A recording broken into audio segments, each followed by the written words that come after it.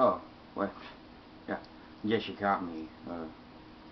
I was just, sitting here reading a sociology book for this project, and my chapter was on modernization and how that affects society. Before I get into that, uh, I'm pretty sure Miss Girthy doesn't remember me taking one of these, but yeah, I took one just, so I could do your project. It's the end of the year, I gotta do my project. Like you said, I shouldn't give up at the end of the year. But, I guess if you want to say I stole it, then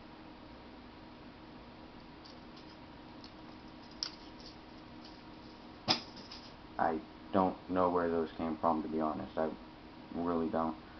But, yeah, so, I'm sorry for that. And it's like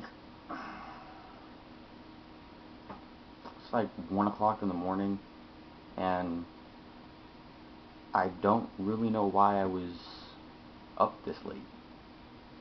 I don't know. Well, I started reading, the chapter on modernization, and it's actually pretty cool, all the stuff that this book actually even talks about, because, it's just not an uncomfortable pillow that I sleep on during class. It's actually a book. It has information that, people should know about. So, let me jump into this, and I'll take you on a magical journey. Okay, what modernization is, it's pretty much like the slow process of society getting more advanced, if you will. It's the process of new technology through modern days, like, I guess, cities and towns and stuff like that, like how the buildings, get more complicated in structure and in mass and stuff like that. Back then, people just had houses made out of bricks. Now we have buildings made out of steel bars, lead pipes, pillars, concrete, and stuff like that. And it's more advanced and stuff like that. So that's pretty much what modernization's doing to our society. We're getting, things are becoming more complicated to us.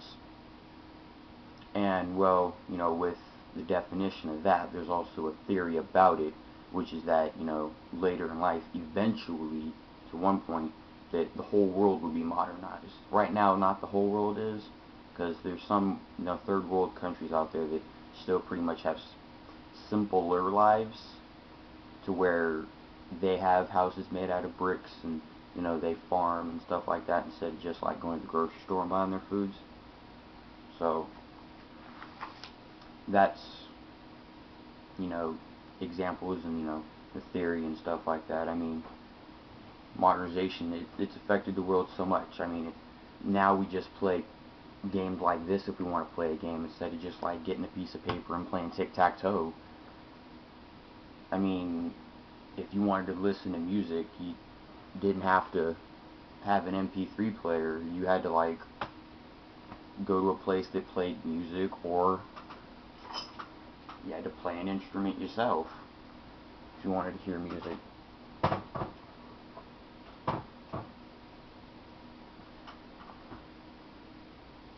Well, guess I'm saying that modernization actually affects you, and you don't really even know it, because, you're born into it.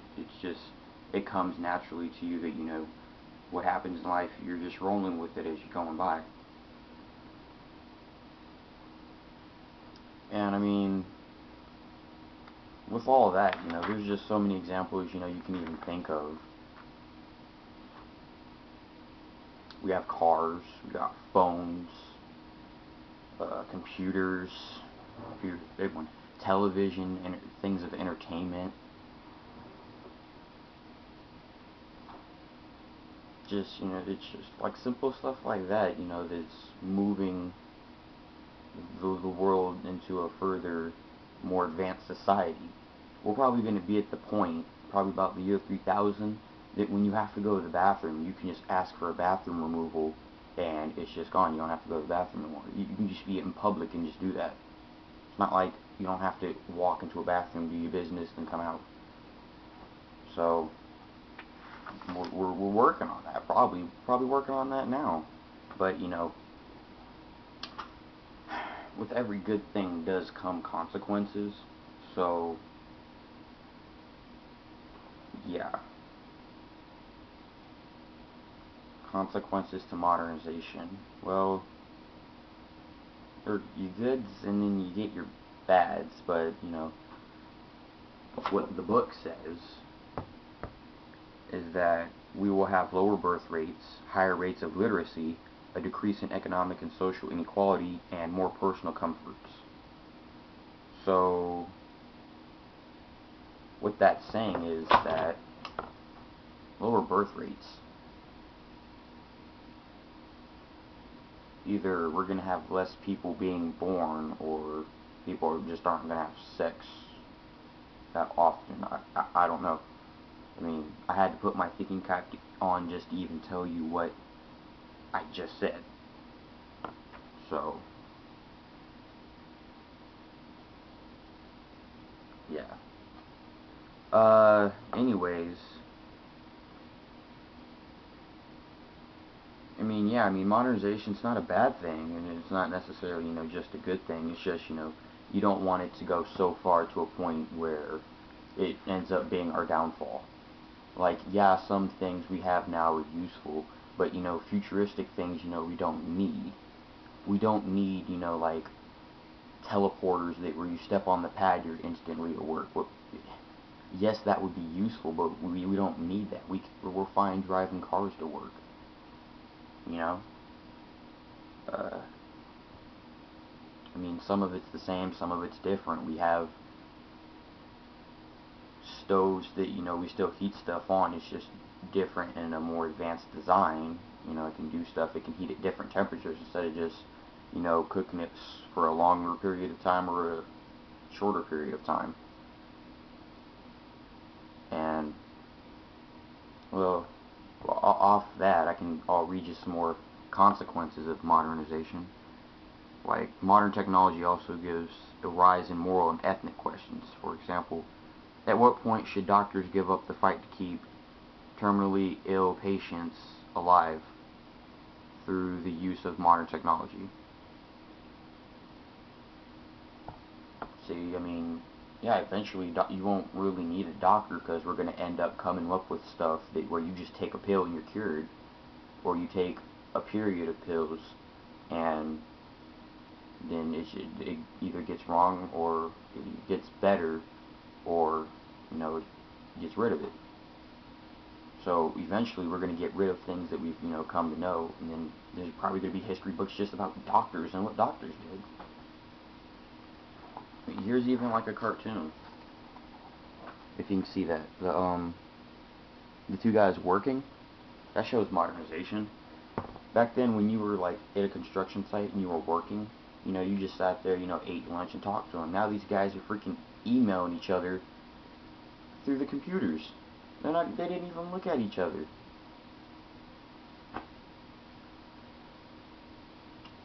Like I said, it's modernization.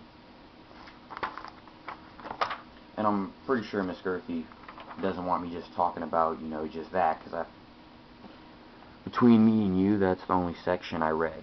So, don't let her, hear that.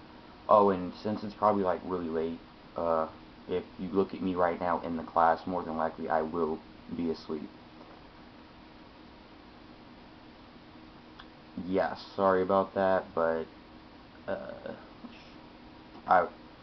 I thought I needed to do your project, and I'm sorry, I probably should have done it during the daytime when I was awake, instead of like 1:37 in the morning. Me. Well, I'll read you some more definitions, like the world system theory, proposed by sociologist and historian Immanuel Wallerstein. The world system theory views modernization in terms of the world economically, which pretty much means money-wise. So that's probably the theory of like how we're going to advance in money, and like the currency, like how we spend it and what's the value of it, probably. So my stepdad actually told me that like the value of the dollar is actually decreasing. So in the future, we're probably just going to get rid of the dollar in the lowest bill paper bill will probably be a $5 bill. So that's all about modernization. It's about society. Well, the world system theory about that.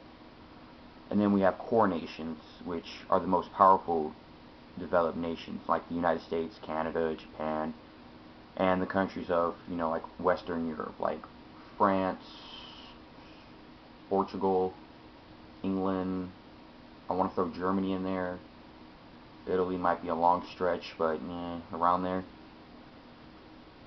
They form like the center, or the core, because it's the core nations of the world economically, because that's like where most of the money comes from. It's where it is, and that's where we get our influences for the trade system of money. Like when you go to different countries, like $5 here will be like 2 cents there.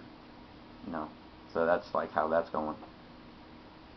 And then you have like peripheral nations, which are poor countries in Latin America, Africa, and Asia. They control like few productive resources, and they depend on the core nations for financial aid, technology, and manufactured goods. They also depend on the core nations to buy their main products, mostly raw materials and farm goods such as coffee, cocoa, and sugar. Unlike the core nations, many peripheral nations have economics that they rely on heavily and are exportation for a single product. So what the peripheral nations do is they depend upon the core nations to buy their stuff. So they're like the farmers of the world. They grow stuff and then they sell it to the core nations so they can make a living. And then the core nations use that to build something better for everybody else, like other countries like the USA, Canada, Japan, and stuff like that.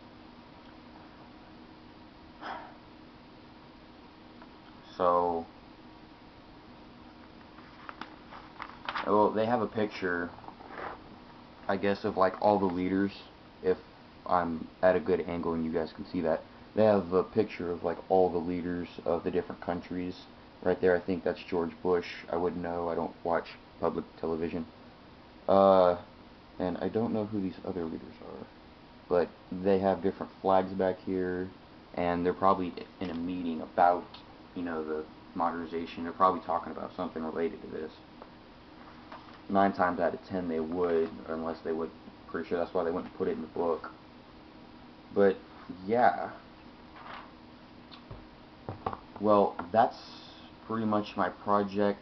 Again, I'm sorry, Miss Girthy, that it took me so long to do this. Again, I apologize. I apologize for stealing this book, but I've read it. I've just explained to you guys about it, and